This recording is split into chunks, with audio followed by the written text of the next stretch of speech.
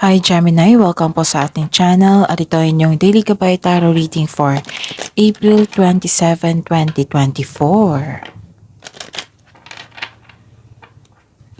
Please be reminded, kung nakaresonate kayo, comment down.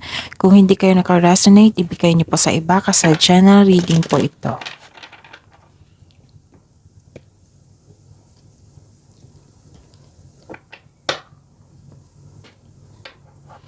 Gamitin ang reading na ito bilang gabay lamang. Balik po kayo dito bukas para sa ating Daily Gabay Tarot Reading. Please like, subscribe, and click the button for notification para updated po kayo sa daily tarot reading natin.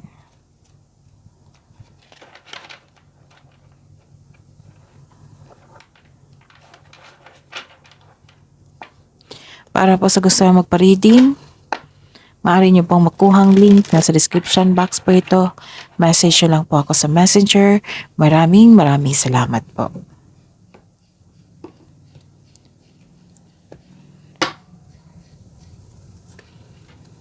Spirits Guide, mga ganap po sa araw na ito ngayong April 27, 2024 para po kay Gemini. I need 3 cards po.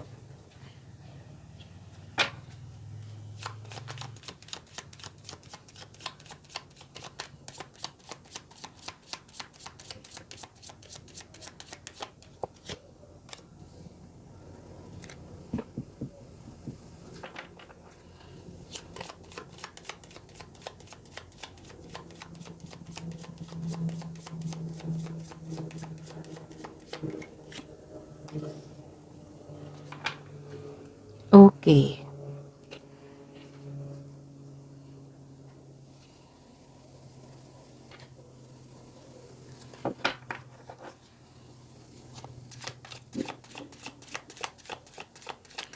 Spirits Guides, mensahe po para kay Gemini ngayong April 27, 2024.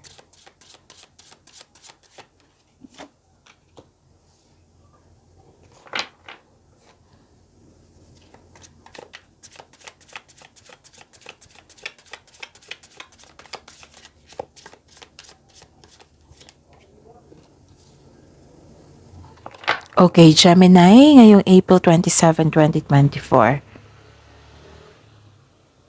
So, panoorin niyo po yung April 26 ha. From April 19 to 26, panoorin niyo po hanggang April 30 po ito. Itong sponsored and requested by Miss M. So, supportahan po natin ha. April 19 hanggang ngayon at saka hanggang April 30 po itong special reading nyo para sa lahat ng Gemini. Okay?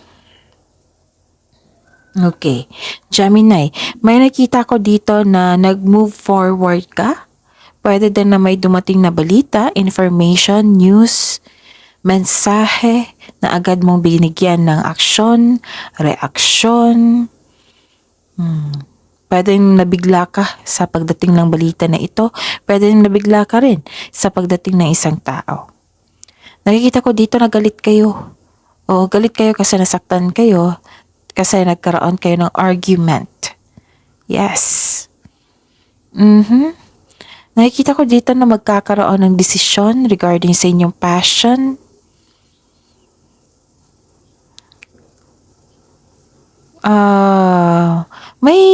May nakita ko dito, may nagsabi rin dito na yung naging obsessive. Pwede din may concern kayo sa naging obsessive or kayo po ang naging obsessive. And nagkaroon ng anong tawag dito? Like for example, hindi mo na namalaya nagkaroon ng overspending sa pagkasta, overspending sa pagbabad sa trabaho, na walang panahon sa sarili, walang panahon sa pahinga. Pero may nakita talaga ako dito na argument. Pwede din regarding ito sa SEX. Lahat naman tayo adult dito. O SEX without emotions or nagkaroon ng rough SEX. Okay? Ayun, may nakita ko dito. Kaya pala galit kayo kasi may nalaman kayong katotohanan. may nalaman kayo na nagkaroon ng clarity. May nalaman kayong sikreto. Pwede din alam nyo kung sino yung taong manloloko or nanloko sa inyo. Baka ito yung dahilan na nagalit kayo. Tapos nakita ko dito na nagkaroon ng time for reflection. Nag-iisip ka kung bakit niya ginawa yun, kung ano yung nagawa mo, bakit siya nagkaganon. Pwedeng tao ito ha, pwedeng sitwasyon nyo ngayon, pwedeng bagay. Okay? And ang mensahe dito, dreaming and imagining bring your powerful vision into reality. So, ibig sabihin yan, Gemini, yung lagi kong sinasabi sa inyo na makakamit nyo ang tagumpay, ang inyong pangarap sa buhay kung samahan nyo po ng sipag at tiyaga. Tiyaga is kasali na yung pasensya, mahabang pasensya. You can achieve your dreams, your goal. Gamitin mo yung talino na bigay na sa iyo ng Panginoon. Magkaroon ng sipag at tiyaga. Habaan nyo lang po yung pasensya nyo kasi weakness nyo yung pasensya, maliit na pasensya. So habaan nyo po. Exercise your patience. And believe na yung navivision mo yung, nag-iisip ka dito navivision mo yung pangarap mo sa buhay, na makamtan, it turns into reality pag samahan ng sipag at tiyaga. Okay? So, kailangan ng focus din yan. And ang message dito, steady progress. Move with the deliberate care. Kunin ko. Move with deliberate care as patience and attentiveness guide you to thoughtful achievements. Achievements din ito. Dalawang card na sabi dito na achievements.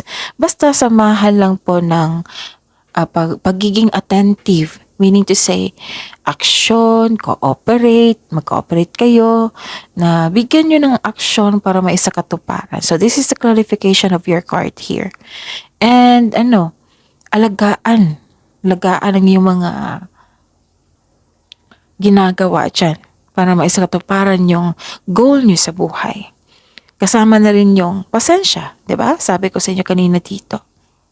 Okay. Spirit's Guide, ano pang energy ni Gemini ngayong April 27, 2024?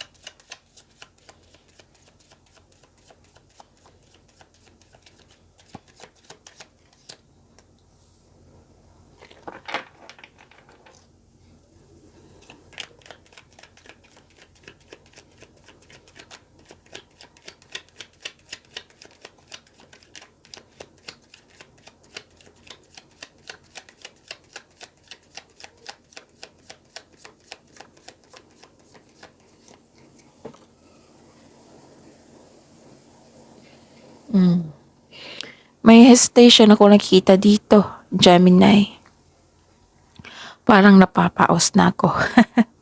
Pasensya na po. May hesitation or takot kang magsimula or kasi may decided na sana kayo pero may hesitation pong ganap. Nakikita ko dito.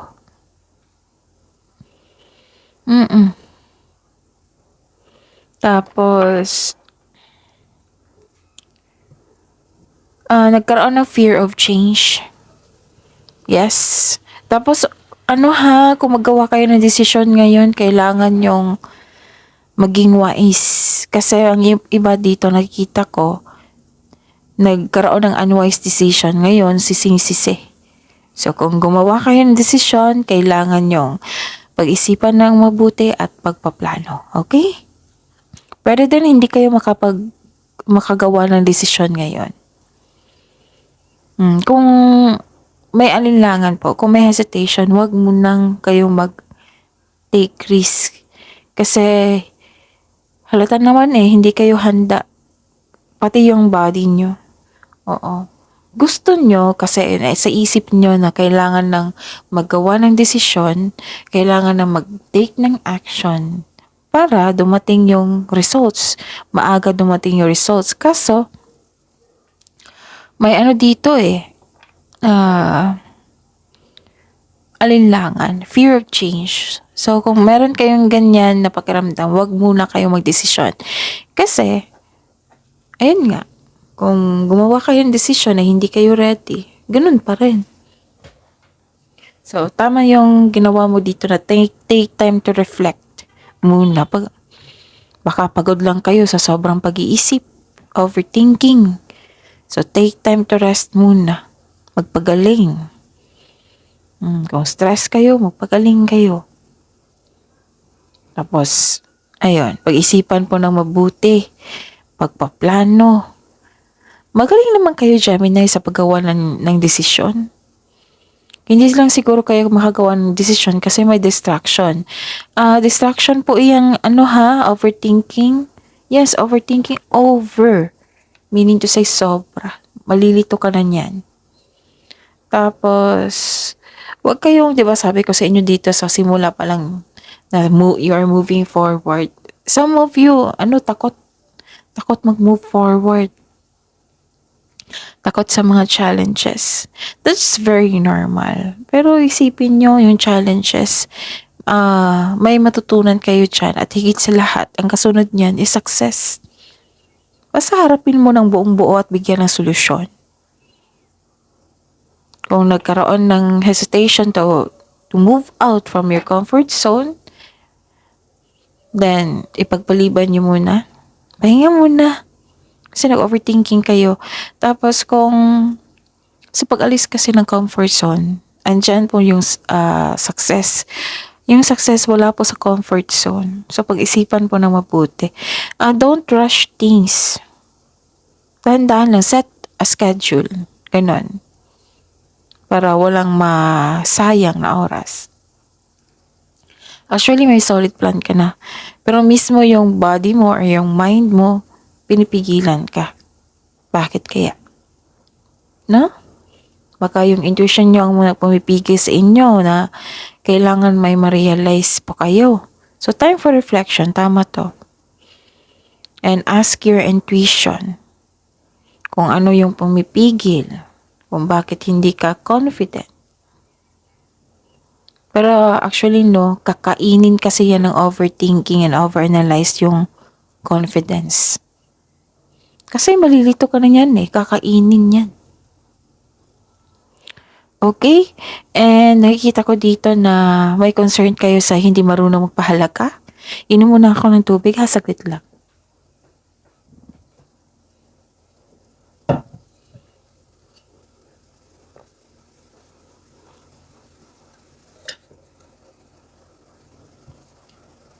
Kasi napapaos na ako Okay. May concern kayo sa hindi marunong magpahalaga? Pwede hindi marunong magpahalaga ng relasyon, sa trabaho, sa pera. At dahil nito, sa kanyang energy, hindi na stable ang inyong emotion. Dalawang card na po nagsabi dito na may takot kayong nararamdaman, may hesitation. May nakita ko dito kailangan ka ng mga kasamahan mo. Kailangan yung talino mo. Basta kailangan ka ng tao. Naging dependent tong tao sa iyo. Tapos, mag-ingat po kayo sa communication nyo Kasi may nakita ko dito na, kasi si Gemini, prangka ito Ayaw niyang yung flowering words. Mag-ingat talaga kasi baka magkataon yung kausap nyo anong tawag nito? Maging sensitive.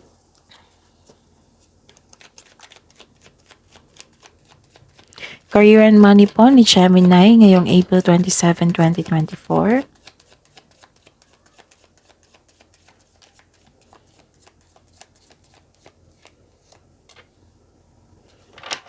Challenge nyo yung tao na naging sensitive. Tapos nag-overthink kayo, kaya kailangan nyo makalabas dyan.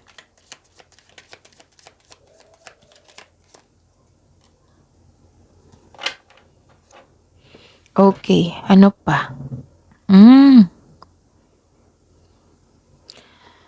Ano to nawalan kayo ng gana sa career and money nyo, nagkaroon ng stagnation, nag-iisip kayo. Hanggang ngayon, nag-iisip talaga kayo. Pwede rin na may alok sa inyo na kailangan mo pag-isipan or kailangan piliin.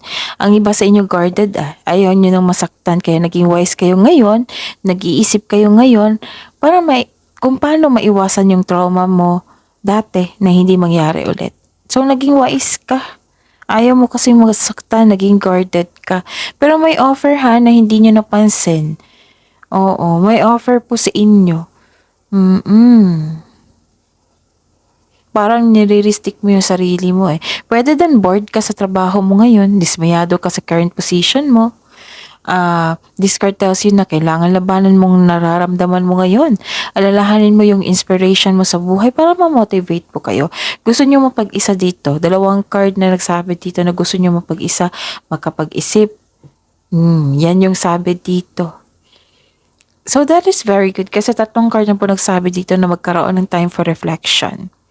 Time for reflection is para sa sarili, para magkaroon ng soul searching.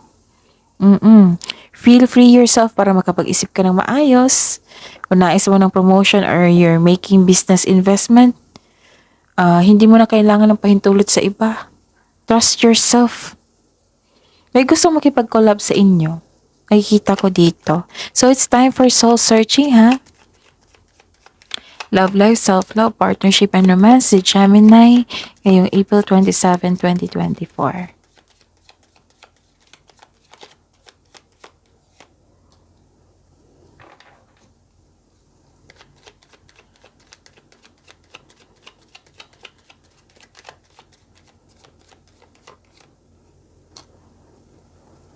Okay. So, sa love life nagkaroon ng pagkakaisa, balance din ito, harmony, divine timing, moderation. Yes, na-realize mo kasi nagkaroon ng time for reflection. At I'm sure may sagot na sa katanungan nyo, nabigyan nyo ng solusyon yung mga nasa isip nyo. If you're single, wag pilitin na magbuo ng relasyon na hindi nakatadhana sa inyo. Pero don't worry kasi the universe is working behind the scenes. Naghahanda po sila para maibigay ito sa inyo. But be sure na handa na kayo. Natanggapin itong taong ito Tapos, so trust the divine timing. May tao talagang nakatadhana sa inyo. Wow! Sa mga may relasyon, sa buhay mag-asawa, may emotional intense na mangyayari, ang taas ng trust level nyo po sa isa't isa. Handa na kayo mag next level. Yes. Next level. And, ano pa ito? Naging perfectionist kayo or disappointed kayo kasi may high hopes or expectation kayo sa kapwa nyo na hindi niya nabigay? Pwede din na may manligaw kayo na hindi na nagpatuloy kasi may na-discover kayo sa kanya na isa siyang manluloko, which is the clarification here. Parang galit kayo sa kanya or nagtampo kayo sa kanya. Tapos, may tao rin dito na hiningan mo ng tulong pero tinanggihan ka, hindi pa siya handang magbigay ng tulong. So that is your reading, Gemini, for April 27, 2024. Please like, subscribe, and click bell button for notification para updated po kayo sa daily tarot reading natin. Maraming salamat po.